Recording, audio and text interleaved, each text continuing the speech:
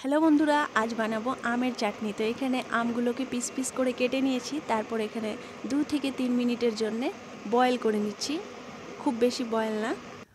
তারপর এখানে কড়াইয়ে তেল গরম করে অল্প 5 ফোড়ন আর একটা শুকনো লঙ্কা দিয়ে হালকা লাল হয়ে এসছে। এবার আমি এখানে দিয়ে দিচ্ছি 1.5 কাপের মতো জল। জলটা ফুটে এসছে, এখানে আমি লবণ আর হলুদ দিয়ে দিলাম।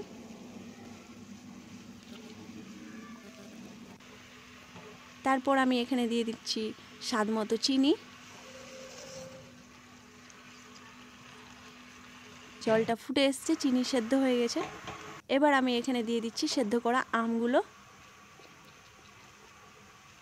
এর মাঝে আমি একটা মশলা বানিয়ে নিচ্ছি। ছোট চামচের হাফ চামচ 5 ফোড়ন আর হাফ চামচ মোহরি একটু কড়াইয়ে ভেজে নিয়ে তারপর এটার আমি গুঁড়ো বানিয়ে নিয়েছি। এবার আমি এটা গুঁড়োটা দিয়ে আরও 2 থেকে 3 মিনিট কম আঁচে রেখে দিলাম। এই হয়ে গেল চাটনি রেডি। তো এই রইল ছোট্ট একটি ভিডিও। ভালো লাগলে অবশ্যই লাইক করবেন, প্লিজ চ্যানেলটিকে সাবস্ক্রাইব করবেন।